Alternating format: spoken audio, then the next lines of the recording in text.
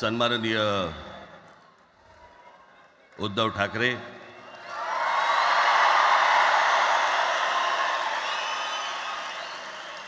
आणि माझ्या जमलेल्या सर्व तमाम मराठी बांधवांनो, भगिनींनो आणि मातांनो,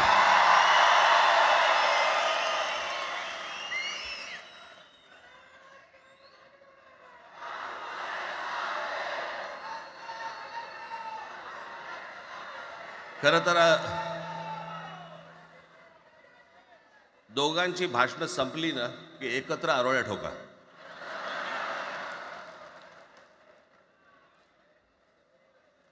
खरं तर आज मोर्चा निघायला पाहिजे होता.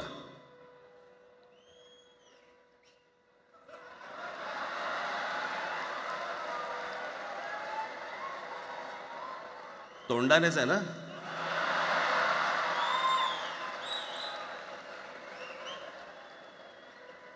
बस बस. मोर्चा खरं तर निघायला पाहिजे होता.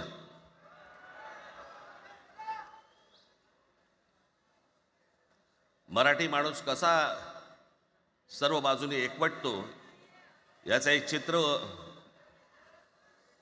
मोठ्या प्रमाणावरती उभं राहिलं असतं.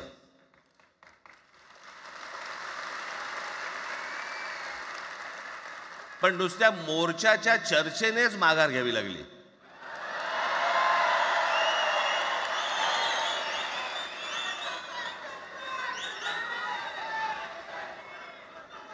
खरं तर आजचाही मेळावा हा खरं तर शिवतीर्थावरती मैदानात व्हायला पाहिजे होता.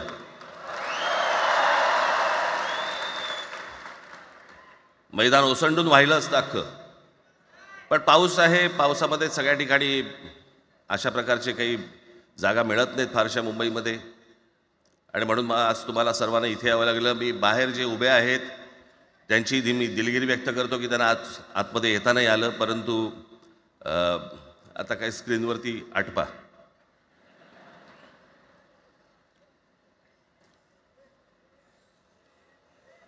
मी माझ्या मुलाखतीमध्ये एक म्हटलं होतं की त्याच्यातनं या सगळ्या गोष्टी खरं तर सुरू झाल्या, आणि मी असं म्हटलं होतं की कोणत्याही वादापेक्षा आणि कुठच्याही भांडणापेक्षा महाराष्ट्र मोठा आहे.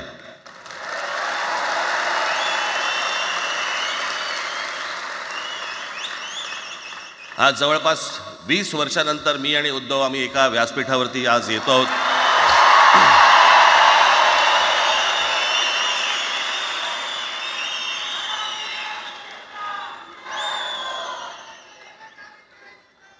जे माननीय बाळासाहेबांना जमलं नाही, जे अनेकांना जमलं नाही आम्हाला दोघांना एकत्र आणायचं, ते देवेंद्र फडणवीसला जमलं.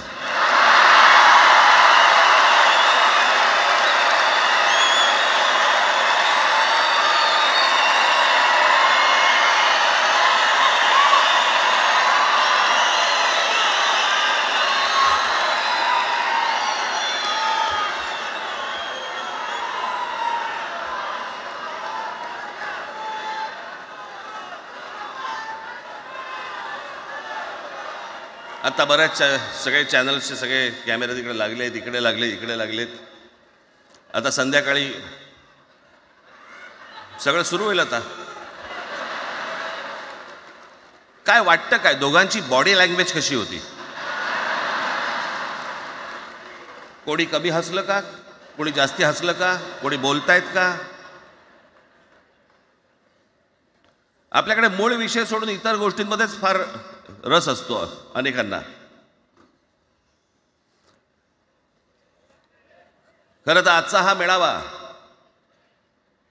मोर्चालाही तीच घोषणा होती, आजच्या मेळाव्यालाही तीच घोषणा आहे की कुठचाही झेंडा नाही, मराठी हाच अजेंडा.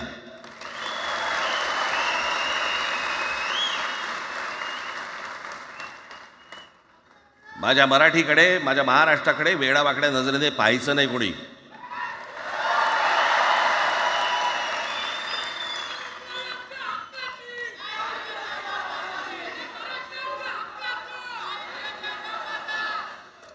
ठरलं ना आपलं, सगळ्यात शेवटी द्यायच्या घोषणा. बसा, शांत बसा. खरं तर हा प्रश्नच अनाठाई होता, काही गरजच नव्हती. हे कुठून अचानक हिंदीचं आलं मला काही कळलं नाही मला.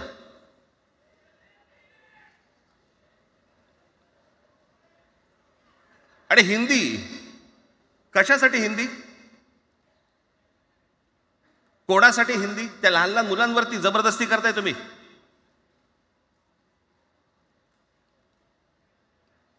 कोणाला विचारायचं नाही, शिक्षण तज्ज्ञांना काही विचारायचं नाही, कोणाला काही विचारायचं नाही. बस आमची सत्ता आहे, आमच्याकडे बहुमत आहे, आम्ही लादणार. तुमच्या हातात सत्ता असेल ती विधान भवनात,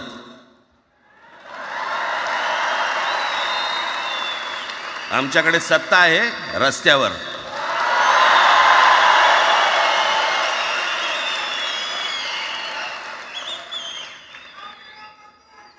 एक पत्र लिहिलं, 2 पत्र लिहिली, नंतर ते दादा भुसे माझ्याकडे आले. मला म्हणाले की आम्ही काय म्हणतो एवढं समजून तर घ्या, एवढं काय म्हणतो एवढं ऐकून तर घ्या.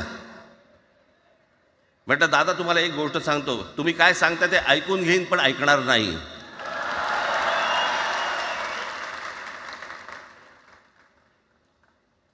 मराठीच्या विषयामध्ये त्याच्यात तुम्ही तिसरी भाषा लादताय. त्रिभाषा सूत्र, कुठलं त्रिभाषा सूत्र आणलं? त्रिभाषा सूत्र ज्या वेळेला आलं ते फक्त सेंट्रल गव्हर्नमेंट आणि राज्य सरकार, केंद्र सरकार आणि राज्य सरकार यांच्यामधल्या दुव्यासाठी म्हणून हे त्रिभाषा सूत्र फक्त आणलं. आज कोर्टातही नाही, तुम्ही हायकोर्टात जा, सुप्रीम कोर्टात जा, इंग्रजीमध्ये सगळ्या गोष्टी होतात. कुठे आहे त्रिभाषा सूत्र? मग मला सांगायला लागले म्हणे केंद्रीय शिक्षण धोरणामध्ये, त्या धोरणातही नाही केंद्राच्या शिक्षण धोरणात, इतर कोणत्या राज्यातही नाही.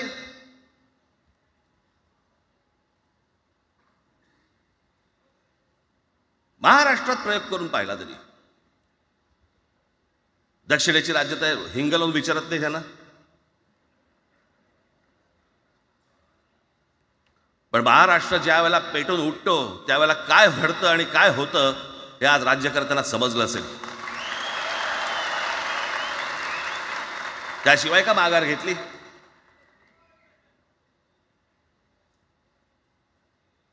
विनाकारण आणलेला विषय होता. मी त्याशी त्या भुसेंना सांगितलं, म्हटलं मला सांगा उत्तर प्रदेश, बिहार, राजस्थान, मध्य प्रदेश कोणती तिसरी भाषा आणणार आहेत? खरं तर आणली पाहिजे.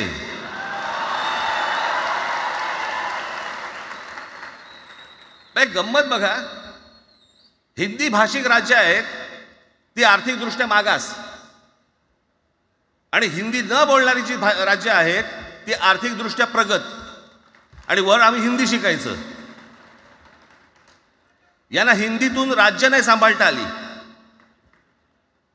यांना राज्यांचा विकास नाही करता आला. जे हिंदी बोलत नाहीत त्या राज्यांमध्ये, हिंदी बोलत असलेल्या राज्यांमधनं नोकरी धंद्यासाठी लोक इकडे येत आहेत आणि हे म्हणतात हिंदी शिका. कोणासाठी शिकायचं? 5वी नंतर काय हिंदी चित्रपट सृष्टीमध्ये जाणार आहेत पोरगा? कोणासाठी शिकायचं? हिंदी भाषेबद्दल मला वाईट नाही वाटत, भाषा कोणतीही श्रेष्ठच असते, उत्तमच असते. मग ती मराठी असेल, गुजराती असेल, तामिळ असेल, पंजाबी असेल, बंगाली असेल, हिंदी असेल, अजून कुठचीही असेल. एक भाषा उभी करायला खूप प्रचंड तपश्चर्या लागते, खूप लोकांची मेहनत असते. एक लिपी उभी करायला खूप प्रचंड ताकद लागते.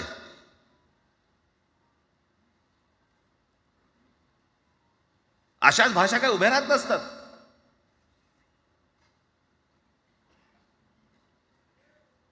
आणि या भाषेचं नवीन कुठून आणलं? त्याशी ते अमित शहा म्हणाले ज्याला इंग्रजी येतं त्याला पुढे म्हणे लाज वाटेल, म्हणे मला इंग्रजी येतं. अरे तुम्हाला नाही येत?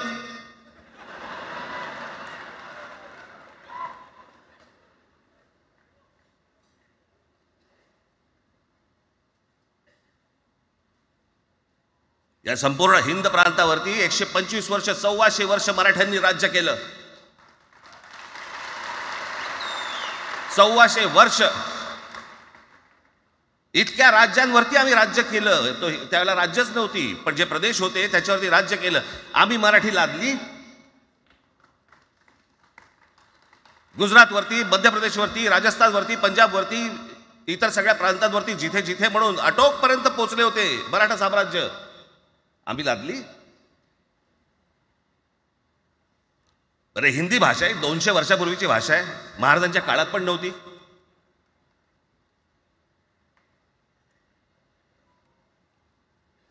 कशासाठी आणि कोणासाठी आणि काय करायचे नेमकं?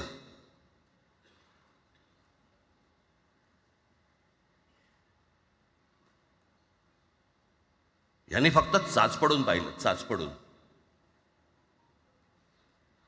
मुंबई स्वतंत्र करता येते का याच्यासाठी अगोदर जरा थोडंसं भाषेला डिवचून बघू. महाराष्ट्र शांत राहिला तर पुढे ते पाऊल टाकू.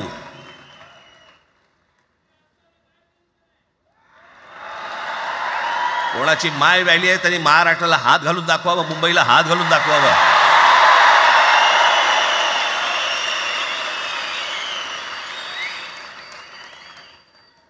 त्या मजाक वाटला काय? आम्ही शांत आहोत याचा अर्थ गांडू नाही आहोत.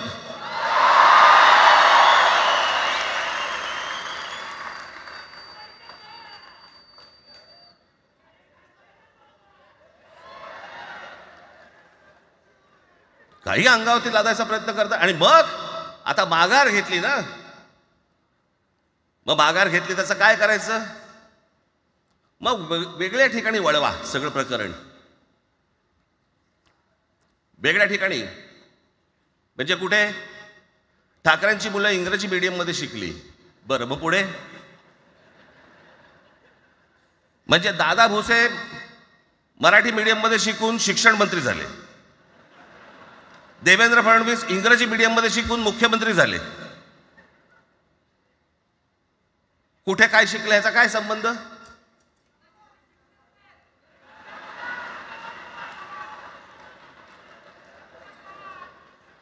अहो, कोणाकोणाची मुलं इथे परदेशामध्ये शिकतायत, याद्या आहेत आमच्याकडे. त्याचं काय करणार आहात तुम्ही? आणि त्याच्यातल्या त्याच्यात मंत्रिमंडळातल्या एक एक मंत्र्याचं हिंदी आहे का? फेफरं येईल, फेफरं.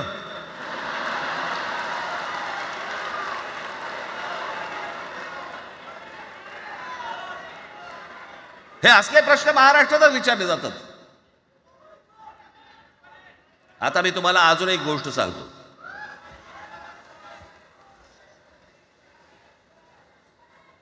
आम्ही मराठी मीडियम मध्ये शिकलो, हो शिकलो. आमची मुलं इंग्रजी मीडियम मध्ये शिकली, हो शिकली. मग याच्यावरती तुम्ही प्रश्न काय उपस्थित केला? ह्यांना मराठीचा पुळका कसा? हे इंग्रजी मीडियम मध्ये टाकतात. बरं, माननीय बाळासाहेब ठाकरे आणि माझे वडील श्रीकांत ठाकरे हे इंग्रजी मीडियम मध्ये शिकलेले आहेत. या दोघांवरती तुम्ही मराठीबद्दल शंका घेऊ शकता का?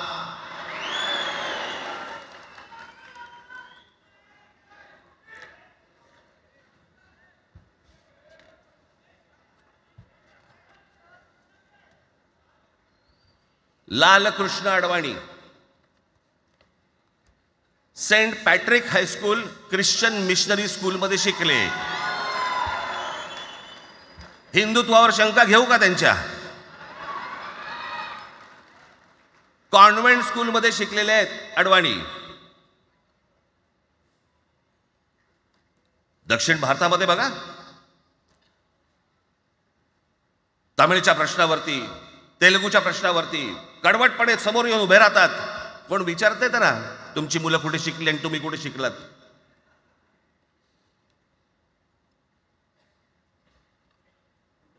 उद्या मी हिब्रू भाषेत शिकीन आणि मराठीपणाचा कडवट अभिमान बाळगीन, काय प्रॉब्लेम आहे?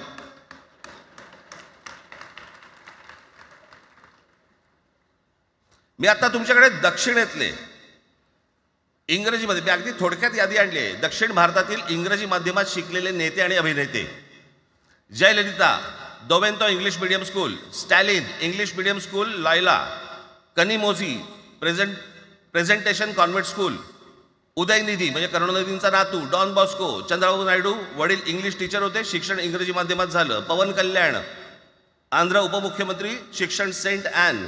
नारा लोकेश NTRचा नातू, चंद्रबाबूंचा मुलगा, Stanford school. Kamal Haasan Santhome high school. अभिनेता विक्रम मॉटफोर्ड स्कूल. अभिनेता Suriya English medium. AR Rahman आधी पद्मशेषाद्री बालभवन आणि नंतर मद्रास कृष्णनी हायस्कूल. परवा दिवशीचा एक प्रसंग सांगतो. एका व्यासपीठावरती तामिळनाडूमध्ये AR रहमान व्यासपीठावरती उभे होते, काहीतरी कार्यक्रम होता. त्या बाई तामिळमध्ये बोलत होत्या. अचानक ती बाई हिंदीत बोलायला लागली. त्याच्यावरती रहमानने तिच्याकडे असं बघितलं, बोलला हिंदी, आणि व्यासपीठावरनं खाली उतरला.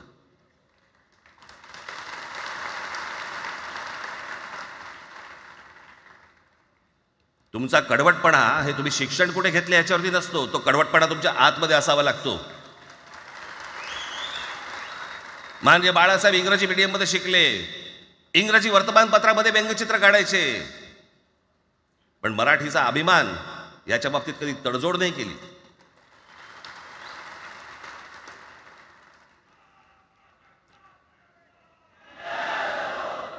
म्हणे एक भाषा म्हणे सगळ्यांनाच बांधून ठेवते. कुठची एक भाषा?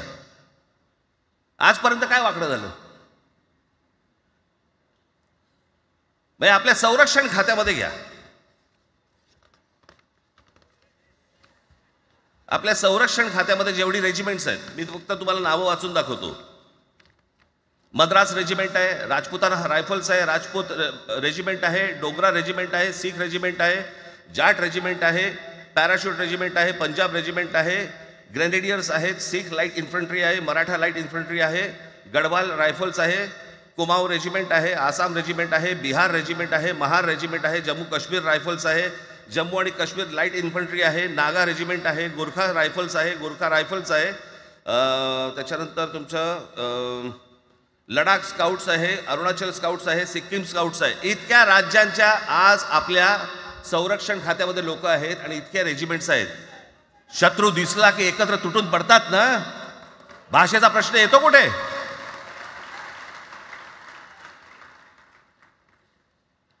या देशामध्ये जेव्हा भाषावार प्रांतरचना झाली तीच या गोष्टींसाठी झाली ना, की प्रत्येक भाग तसे भाषांचे होते म्हणून. या सगळ्या गोष्टी का सुरू केल्यात तुम्ही? कशासाठी सुरू केल्यात? काय याच्या मागचं राजकारण? आत्ता सांगून ठेवतो. आज तुम्ही सगळेजण मराठी म्हणून एकत्र आलात. आज महाराष्ट्रामधला तमाम मराठी आज मराठी म्हणून एकत्र आला. टाळ्या वाजू नका. मी काय सांगतोय नीट ऐका. याचा पुढचं राजकारण ह्यांचं पुन्हा तुम्हाला जातीमध्ये विभागायला सुरुवात करतील. पुन्हा हे जातीचं कार्ड खेळायला सुरुवात करणार. मराठी म्हणून तुम्हाला कधी एकत्र येऊ देणार नाहीत. हे जातीपातीमध्ये विभागायला सुरुवात करतील. आता हे सुरू केलं. काल कोणाच्या ते व्यापाऱ्याच्या कानफडीत मारली मीरा भाईंदरला. त्याच्या काय इथे लिहिलं होतं काय गुजराती?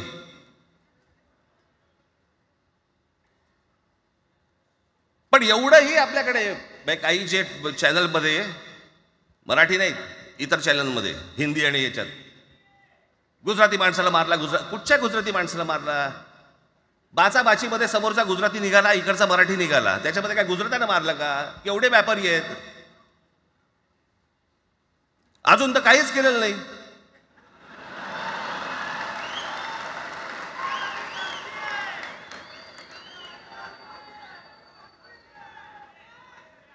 अर्थात त्यांना मराठी आली पाहिजे याच्याबद्दल वाद नाही. विनाकारण उठसूट काही मारामारी करायची गरज नाही आणि मारायची गरज नाही. पण जर जास्ती नाटकं केली तर कानाखाली आवाज काढलाच पाहिजे तुम्ही. पण चूक त्यांची असली पाहिजे. आणि एका गोष्टीचं लक्षात ठेवा, अशी कधी गोष्ट कराल त्याचे व्हिडिओ काढू नका.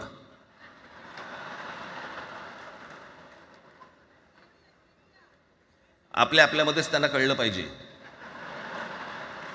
कळलं का? मारणारा कधी सांगत नसतो, मार खाणारा सांगत असतो मला मारला म्हणून. त्यांना सांगू देत. पण याचा अर्थ उठसूट कोणालाही उगाच मारायचं काही कारण नाही आहे. अनेक लोक आहेत, अनेक गुजराती लोक आहेत, माझ्या अनेक परिचयाचे आहेत. माझे एक मित्र आहेत नयन शहा म्हणून, त्याला मी गुजराठी म्हणतो. तुमचा विश्वास बसणार नाही इतकं अप्रतिम मराठी तर बोलतोच, विनोदाचंही अंग आहे. आणि शिवाजी पार्क मैदानामध्ये फिरताना कानाला हेडफोन लावून पु ल देशपांडे ऐकणारा गुजराती आहे.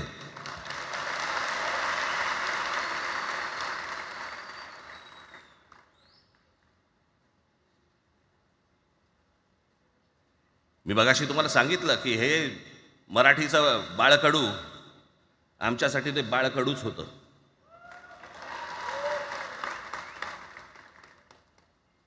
मी मागे एक प्रसंग सांगितला होता, आज मुद्दामून तो प्रसंग सांगतो आपल्याला की हे आमच्या धमन्यांमध्ये आलं कुठून. मी एवढा महाराष्ट्रासाठी मराठीसाठी कडवट का झालो.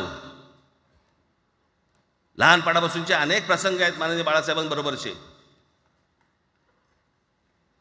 पण मी एक प्रसंग कधीही विसरणार नाही आणि तो 1999 सालचा आहे.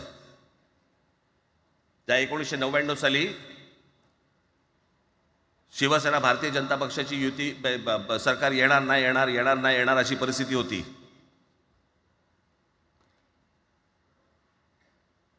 पवार साहेब त्यावेळेला त्यांनी राष्ट्रवादी काँग्रेस पक्ष स्थापन केला होता. वेगवेगळे लढले होते आणि मग सगळ्या त्या वादामध्ये, शिवसेना भारतीय जनता पक्षाच्या त्या वादामध्ये काहीच होईना. दिवसामागून दिवस चाललेत परंतु काही होईना. एके दिवशी मी मातोश्रीला खाली बसलो होतो, दुपारची वेळ होती. अचानक 2 गाड्या लागल्या. साधारणपणे 3:30-4 वगैरे वाजले असतील. ते जरा वेळेला नाव विसरतो मी, पुण्याचं कोणतो जावडेकर, प्रकाश जावडेकर आणि काही मंडळी आली. मला म्हणाले राज बाळासाहेबांना अर्जंट भेटायचं आहे. म्हटलं आत्ता ते भेटणार नाही, म्हटलं ती त्यांची झोपायची वेळ आहे. नाही म्हणे अर्जंट आहे. म्हटलं नाही भेटणार, म्हटलं मी तुम्हाला सांगतो. म्हटलं काय विषय काय? म्हटलं मी बोलायचं काम करतो. म्हटलं काय विषय काय? आणि त्यांना सांगा मुख्यमंत्री पदाचा विषय झालेला आहे. म्हटलं अच्छा, अरे वा. म्हटलं काय झालं? सुरेशदादा जैन यांना दोन्ही बाजूने आम्ही ठरवलंय की त्यांना मुख्यमंत्री करायचं, एवढं फक्त बाळासाहेबांना सांगायचं. ठीक आहे. मी वर गेलो. रूममध्ये काळोख, शांतता. आम्ही अरे तुरेमध्ये बोलायचो म्हणून मी हाक मारली. म्हटलं हे काका गाढ झोपले होते. म्हटलं काका उठ, हे काका उठ. बघितलं माझ्याकडे. काय रे? म्हटलं नाही, ती सगळे खाली जावडेकर वगैरे सगळी मंडळी आली आहेत. म्हटलं बरं मग? नाही ते म्हणतात ते मुख्यमंत्री पदाचा विषय झाला आहे म्हणून. म्हटलं बघ ते बोले काय झालं? ते म्हणाले सुरेशदादा जैन यांना मुख्यमंत्री पदासाठी दोन्ही जणांनी सांगितलं की करायचं म्हणून. असं माझ्याकडे बघितलं त्यांनी. त्यांना जाऊन सांग महाराष्ट्राचा मुख्यमंत्री मराठीच होईल, दुसरा कोणी होणार नाही.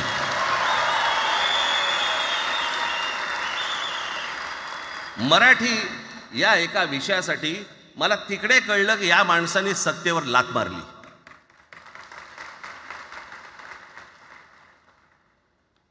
हे संस्कार ज्या पोरावरती झाले असतील तो मराठीसाठी तडजोड करेल काय? बाकी सगळ्या युत्या आघाड्या सगळ्या कुठच्याही गोष्टी होत राहतील, महाराष्ट्र मराठी माणूस मराठी भाषा याच्यावर तडजोड होणार नाही, कोणत्याही परिस्थितीत होणार नाही.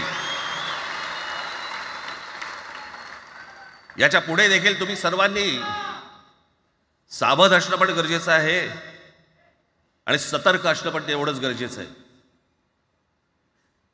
पुढे पुढे काय काय गोष्टी घडतील, काय काय गोष्टी होतील कल्पना नाही, परंतु मला असं वाटतं की ही मराठीसाठीची एकजूट ही कायम राहावी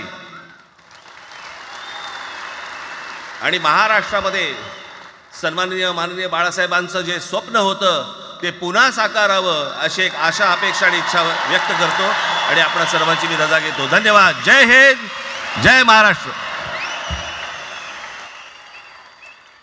धन्यवाद राजसाहेब. मला हे सांगा, आपल्या सगळ्यांपेक्षा आज जास्त आनंदी कोण झालं असतं? आपल्या सगळ्यांपेक्षा आज जास्त आनंदी कोण झालं असतं? ज्यांनी मराठी माणसाला उभं केलं ते हिंदू हृदय सम्राट माननीय बाळासाहेब. आज त्यांची पुढची पिढी इथे मंचावर एकत्र येऊन मराठीचा गजर पुन्हा एकदा करते आहे. आणि त्या आजोबांचे 2 लाडके नातू आज आपल्या समोर मराठीचा झेंडा पुढे नेण्यासाठी सज्ज झालेले दिसत आहेत. अमित ठाकरे इकडे उपस्थित आहेत, आदित्य ठाकरे उपस्थित आहेत. मी त्यांचंही स्वागत करतो. या वास्तूला NSCI डोम